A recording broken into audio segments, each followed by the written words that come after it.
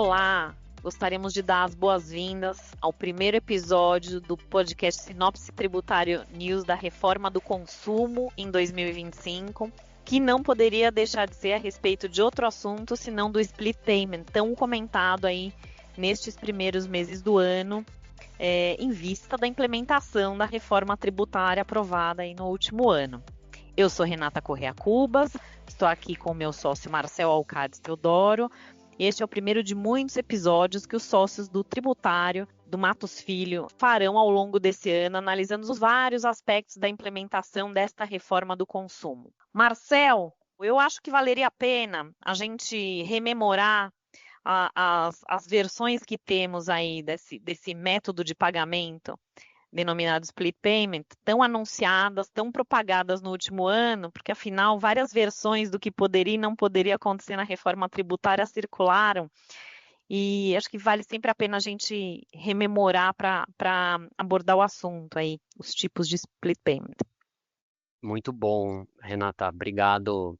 E é um prazer estar aqui para falarmos um pouquinho da nossa reforma tributária, né? E especialmente desse tema aqui do split payment nesse episódio do nosso podcast. Split payment nada mais é do que a liquidação financeira do tributo. E o mercado, isso não está na legislação, né? Mas dividiu-se aqui o split payment com 3 apelidos, né? O split payment inteligente, o split payment normal e o split payment simplificado. Dentro desse sistema, o split payment, e acho que o próprio nome, ele é muito explicativo, né? Que ele só quer dizer que alguém vai dividir esse pagamento entre todos aqueles interessados naquele montante de dinheiro. Fiz uma operação e uma compra de uma mercadoria por R$120, R$100 é mercadoria, R$20 é IBS mais CBS. A partir do momento em que eu pago essa mercadoria, seja via cartão de crédito, via Pix, via boleto bancário, utilizando o sistema financeiro, a instituição de pagamento ela vai ter a obrigação de dividir esse pagamento entre os atores. E esses atores são aquele que me vendeu a mercadoria, tem direito a R$100. Os os R$20 de tributo serão divididos entre a Receita Federal, entre os estados e o município. E com isso, eu deixo aquela lógica de apuração mensal do tributo, que hoje ela existe, né? Ou seja, hoje, vamos tomar, por exemplo, o ICMS, ele tem uma apuração mensal, registro todos os meus créditos e todos os meus débitos na minha apuração mensal e recolho ali em determinado dia do mês subsequente ao da apuração. Nesse sentido, o split payment traz uma novidade muito grande, que é a liquidação e o pagamento imediato desse tributo. Dentro dessas variações de split payment, na modalidade inteligente, a instituição de pagamento vai ser obrigada a consultar as autoridades fiscais, tudo via sistema, então ela consulta as autoridades fiscais e as autoridades fiscais dizem à instituição de pagamento qual que é o crédito que aquele contribuinte já detém. Aquele contribuinte tendo crédito face a compensação do crédito com o débito e se recolhe apenas o líquido naquele momento da operação. Caso isso não seja possível, essa consulta às autoridades fiscais, a gente vai para a modalidade que podemos chamar de modalidade normal, do split payment, no qual a instituição de pagamento vai pegar todas as informações daquela operação e recolher o tributo, desconsiderando aí os eventuais créditos. A diferença relacionada aí ao pagamento do tributo, em decorrência desse descasamento entre os créditos até então existentes e os débitos, será ressarcida ao contribuinte em 3 dias úteis, é o que nos diz a lei complementar.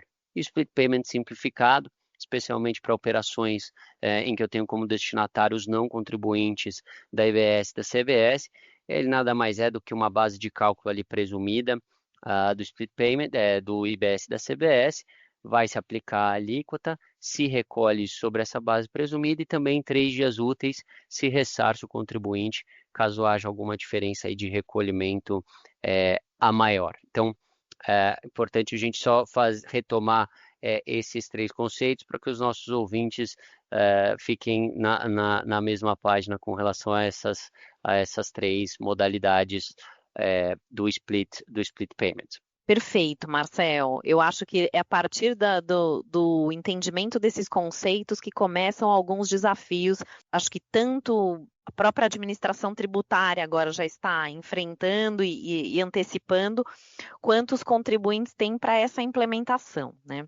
Nós temos aí uma previsão de devolução, né, em 3 dias, e muito importante nessa previsão, né, da legislação consta, caso não seja possível, como bem colocado pelo Marcel, e essa possibilidade também tem a ver com a implementação, né? Porque caso as ferramentas tecnológicas que disponibilizarão a possibilidade dessa consulta e dessa confirmação do valor efetivamente devido, exatamente para que o montante devido seja pago nesse momento, né, em que se aplica o split, caso isso não esteja disponível, se faz um split normal, se volta para o simplificado. Ou seja, há um recolhimento daquele valor fixo que depois será devolvido quando mais à frente se apurar que o valor não é devido. E a gente tem aí desafios, né? Muitas foram as críticas a esse método durante o último ano, seja porque era um método comumente utilizado para contribuintes devedores contumazes em situação não regular, e a gente está inaugurando, né, como bem propagado, uma era de uma nova relação fisco-contribuinte. Sob a perspectiva da administração tributária, a abordagem foi muito no sentido de resolver uma questão, um hiato de conformidade, acabar com o hiato de conformidade e criar aí uma situação de maior conforto em arrecadação a cada transação, ainda que isso implique um pagamento muitas vezes indevido e antecipado, que depois deva ser devolvido. E isso traz desafios, né, além para todos os contribuintes, né, que estão envolvidos nessa reforma do consumo, para as próprias instituições responsáveis por realizar o split, as instituições financeiras, as instituições de arranjo de pagamento. Nós estamos entrando num momento de implementação tecnológica que traz um desafio de trazer uma experiência também do usuário e do contribuinte que seja uniforme sob o ponto de vista de todos os tipos de pagamento existentes, todos os métodos, e questões jurídicas que ainda podem advir de interpretação dúbia do texto. Acho importante a gente abordar um pouco isso, Marcel. Qual é a tua visão aí com relação a essa questão dos meios de pagamento, dos diversos formatos de pagamento? A gente sabe que tem venda a prazo, né? Regulamentação específica para isso. Nós podemos colocar de uma forma simplificada 3 principais desafios. Não quer dizer que são os únicos desafios, mas o que nós estamos vendo aí, seja com relação à implementação do sistema, seja com relação aos nossos clientes e às preocupações dos nossos clientes, são 3 desafios relacionados ao split payment. Primeiro, e acho que o mais evidente, é uma questão relacionada a fluxo de caixa. O segundo, que é uma preocupação também bastante importante, relacionada com a venda a prazo. E o terceiro, que também é uma questão que vai surgir, deve ser olhada com bastante cuidado, é como que fica o contribuinte se ele quiser questionar a exigência de determinados tributos em determinadas hipóteses, se ele não tem a possibilidade de não realizar esse pagamento. Esse pagamento vai ser feito por um terceiro, né? Essa liquidação financeira será realizada ali pela instituição de meio de pagamento. Com relação ao fluxo de caixa, é o que está sendo muito falado hoje em dia. A gente saindo de um modelo de apuração mensal e indo para um modelo de pagamento instantâneo, obviamente eu vou ter um descasamento entre crédito e débito. Então, hoje em dia, a hora que eu apuro os meus tributos, meu ICMS, PIS e COFINS, esses tributos, eles têm um determinado período do mês e eu consigo compensar todos os créditos e débitos daquele mês, independentemente da data em que houve o crédito, independentemente da data em que houve o débito, ou seja, dentro daquele período de apuração, eu faço essa compensação total. Quando eu vou para a sistemática do split payment, ainda que seja o split payment inteligente, esse crédito só será considerado até a data em que a operação foi realizada. Portanto, se eu fiz uma operação no dia 6 de determinado mês, só serão considerados os créditos que eu tenho até o dia 6. Sendo que hoje, a operação do dia 6, o meu débito do dia 6, ele, quando da apuração, ele entra para a compensação de todos os meus créditos, inclusive os créditos que eu tomei no dia 28, no dia 29, no dia 30, né?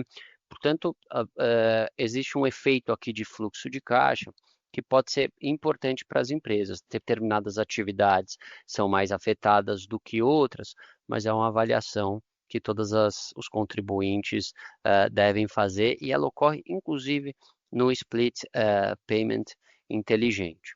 Nós esperamos, né, Renata, como a gente contou um pouco, né, daquela possibilidade quando o split payment não é inteligente, daquela possibilidade de ressarcimento em 3 dias úteis, a gente está esperando que a regulamentação de fato venha dar efetividade a esse ressarcimento em 3 dias úteis. A gente sempre fala, e é uma visão aqui dos nossos clientes, que o brasileiro ele é desconfiado e ele é desconfiado com razão. Nós estamos entrando num novo sistema, numa nova era, em que se propõe uma nova relação do contribuinte e do fisco, e do lado dos contribuintes o que se espera é que de fato isso seja aí cumprido, porque a gente sabe que muitas vezes a burocracia e determinados requisitos que são criados acabam por impedir os ressarcimentos. Então, que essa nova era de fato comece e que esse ressarcimento de fato seja realizado em 3 dias úteis. No entanto, mesmo esse ressarcimento sendo realizado, a gente ainda tem um efeito de caixa muito importante para as empresas que hoje apuram esses tributos mensalmente. Então, acho que fluxo de caixa é algo que todo mundo deve olhar. Pagamento a prazo, né? Ou seja, eu fui lá e fiz o pagamento parcelado dessa minha operação em 12 parcelas. Eu tenho a liquidação financeira a cada 12 parcelas e o que estamos aqui defendendo, inclusive em todas as nossas falas, dentro desse novo sistema tributário, dessa nova relação, é que, de fato, a liquidação financeira e a liquidação do tributo ocorra a cada 12 parcelas, porque senão não faz sentido nenhum, né? Ou seja, se eu estou pagando tributo a cada 12 parcelas e eu tenho uma liquidação financeira, essa retenção deve ser de a cada 12 parcelas. Por que que estamos falando isso? Existe um dispositivo na legislação que pode gerar uma certa confusão com relação a isso, né? De que se diz o seguinte, veja, nas operações parceladas, o split payment será realizado a cada parcela, mas isso não impede de que o recolhimento do tributo se dê com base na data do fato gerador. Ou seja, tem uma confusão na legislação de que eu recolho todo o tributo na data do fato gerador, ou seja, naquele mês e naquele momento em que eu realizei a operação, ou eu deixo o split payment atuar automaticamente e o pagamento do tributo se dá a cada 12 parcelas. Na nossa visão, se o split payment está instituído, ele está instituído para o fluxo de caixa do contribuinte e para o fluxo de caixa do governo. Portanto, se é em 12 parcelas, que o pagamento também seja realizado em 12 parcelas. O que é pior ainda é se o contribuinte for exigido, né, do pagamento desse tributo no momento da operação e ainda ocorrer o split payment, né? Ou seja, aí seria um pagamento em dobro e aí o contribuinte ficaria em maus lençóis. E um outro ponto que a gente falou, que será a nossa terceiro ponto de desafio, é justamente os questionamentos que podem existir com relação à IBS e à CBS. Então, hoje, se eu tenho algum questionamento com relação ao ICMS, com relação ao PIS e COFINS, vou ao judiciário ou faço o meu entendimento e não recolho aquele tributo com base jurídica, ou por meio de uma ordem judicial, ou fundamentado juridicamente porque aquele tributo não é devido conforme a melhor interpretação do contribuinte da legislação. Parece que o split payment para, né, pegar ali aqueles devedores que fraudam o fisco, né, passa a prejudicar aqueles contribuintes que de fato agem, né, conforme a legislação, e nós sabemos que toda legislação tem problema e pode haver questionamento com relação a ela, então ele acaba prejudicando esse contribuinte que está lá de boa fé, exercendo o seu direito, a sua melhor interpretação jurídica, e como é que ele não vai recolher esse tributo? Ele também vai ficar sujeito a um recolhimento automático de tributo. Pode acontecer diversas consequências com relação a isso, como uma enxurrada de mandados de segurança, mandando as instituições de pagamento não fazerem a retenção do tributo, ou seja, também é algo que a gente tem que olhar muito atentamente, aí é algo que nós temos ouvido bastante aí como uma preocupação dos nossos clientes. Como você bem disse, acho que a gente tem aí facilidades e desafios, porque a simplificação tecnológica e a desburocratização, elas foram desenhadas muito pela administração tributária para atender esse ato de conformidade e acaba gerando esse descasamento importante de fluxos de caixa, muitas vezes, e acho que já previsto, né? Porque a própria legislação, acho que ela já trouxe no seu bojo a possibilidade da devolução, porque já havia um pressuposto que se recolheria a mais do que o devido. E realmente, talvez antes de simplificar, a gente tenha isso complicado um pouco e talvez a atração de litígios, dos quais, né, queríamos nos livrar com a implementação da reforma tributária. Então, a atenção, a clareza com relação a essa legislação e a regulamentação do split payment será muito importante, porque, de fato, nós teremos, né, como você bem colocou aí, na venda a prazo, propagada uma facilidade, veja, só vou recolher o tributo quando estiver ocorrendo a operação e o pagamento pela operação, concomitantemente com dispositivos que endereçam a necessidade do recolhimento no momento da ocorrência do fato, e junto com isso ainda uma responsabilização, né, da instituição financeira, do meio de pagamento que não fizer a retenção de acordo com a ocorrência. E aí a interpretação do fato, do momento do pagamento, dos dois, pagamento em dobro, depois devolução, como isso vai ficar. Acho que traz bastante polêmicas e desafios aí para o nosso dia a dia. E para o momento, eu acho que a gente tem também de refletir a respeito dessa implementação, que é um desafio a mais, né? Porque a gente ouviu aqui, né? O próprio split payment inteligente, ele depende de uma consulta, né, ao sistema que é administrado, né, de uma forma tríplice, porque você tem a Receita administrando a parte federal, né, do nosso IVA dual, a parte CBS, e você tem o Comitê Gestor administrando o IBS. Então, atualmente, o que a gente, né, recomenda e o que a gente pede que haja muita atenção no momento da implementação da reforma tributária? Atenção, da mesma forma que sempre fizemos nos últimos anos, às orientações locais, porque os normativos das administrações tributárias dos estados e dos municípios a respeito de mais de 20 documentos já estão direcionando notas técnicas para alteração desses documentos para futura implementação do split payment. A reforma que está vindo, cuja implementação se inicia em 2026, é o teste da CBS, né? Então, né, sabemos que não haverá arrecadação em 26. Estaremos numa fase teste e, neste momento, a gente tem aí noticiado nos últimos meses, nas últimas horas, nos últimos dias, uma prontidão da Serpro que está implementando a parte tecnológica, conversando com todos os atores envolvidos, né, noticiou que tem mais de 150 desenvolvedores para que esse sistema seja possível, para que haja uniformidade juntamente com instituições financeiras, arranjos de pagamentos e todos os atores responsáveis pela realização desse split payment, e também noticia que vai buscar facilitar isso do ponto de vista do contribuinte, né? Nos últimos dias, houve manifestações da própria Serpro no sentido de que essa experiência ela vai trazer tanto situações de consulta em que vão estar no sistema, vai acontecer, né, just in time, como possibilidade de interação humana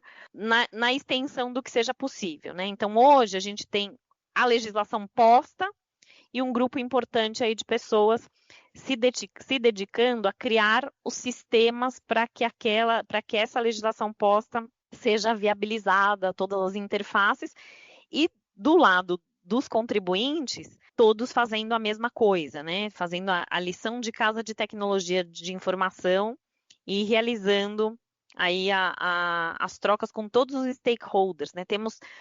Não há tributarista no Brasil que tenha a situação de tributação no consumo que não esteja com isso na sua pauta de dedicação, considerando aí a iminente implementação dos testes em 2026. E exatamente nesse sentido, que a tecnologia está sendo, hoje em dia, um assunto para tributarista, acho que sempre foi, né? E hoje ele está ainda mais evidente. Eu diria que nós vamos passar por um momento de muito trabalho do contribuinte, do fisco, para a adaptação desses sistemas, né? Então, tem lá as instituições financeiras que vão, instituições de pagamento, né, que de fato vão implementar esse sistema e serem responsáveis por esse recolhimento. Então, trabalho muito grande delas, junto ao Banco Central, junto à Receita Federal, estados, municípios, os prestadores. Os contribuintes também vão ter um trabalho muito, muito grande com relação a isso, é o que a gente já tem visto. Nos parece que, depois de passada essa turbulência, o sistema será implementado, né? Nos parece que existe tecnologia e o Brasil tem essa tecnologia hoje, inclusive em termos fiscais, para implementar isso. O que se espera, depois de todo esse trabalho, é que, de fato, o split payment ele seja utilizado dentro desse novo espírito proposto da reforma. Se o split payment existe para que se evite a fraude e que se diminua o gap de arrecadação, que essa diminuição de gap de arrecadação seja refletida efetivamente na alíquota e não em aumento de arrecadação para o Estado, né? A gente sabe que tem a trava na legislação complementar com relação à alíquota geral, mas é muito importante, independentemente de trava, que estejamos vigilantes de que, se o split payment vai exigir, e aqui não tem mais volta, né? Se o split payment vai exigir um esforço e um certo prejuízo para o contribuinte, que ele possa também usufruir dos seus benefícios, e esse benefício não há outro que não seja a redução da alíquota em decorrência da redução do gap tributário que existe hoje para os recolhimentos da tributação sobre o consumo.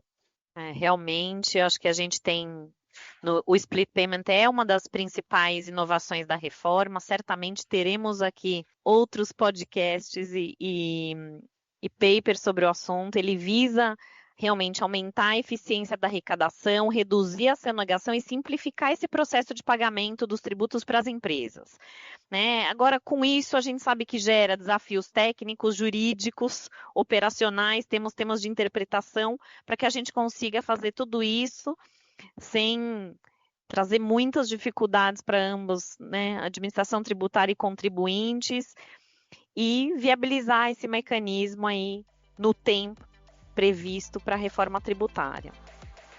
Esse é mais um Sinopse Tributário News da reforma do consumo, iniciando aí os debates de 2025 a respeito desse tema. Quero agradecer meu sócio Marcel, que está aqui, e a vocês, ouvintes, e até a próxima.